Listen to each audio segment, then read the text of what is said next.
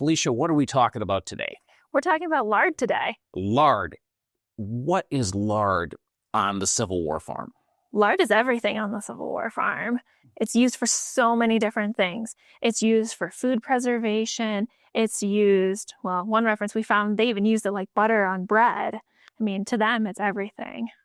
The butter on bread, there's the Cottage Economy book, which was published over in Britain in pretty popular, multiple publications between like 1820 and the 1830s.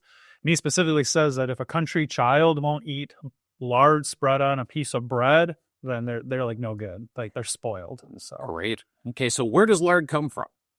yeah, it comes pigs, hogs, swine, right? It's pig fat. And particularly in the 19th century, there were actual lard breeds and they still exist today. That's what we raise as a lard breed, guinea hogs.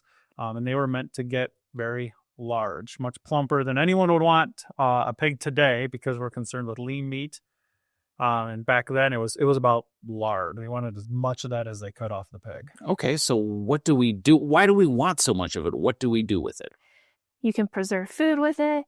You can eat it on different things. You can use it to grease things. You can use it for light. I mean, you can use it for so many different things. And in that period, even America's exporting lard. So it's just so important to all the different people.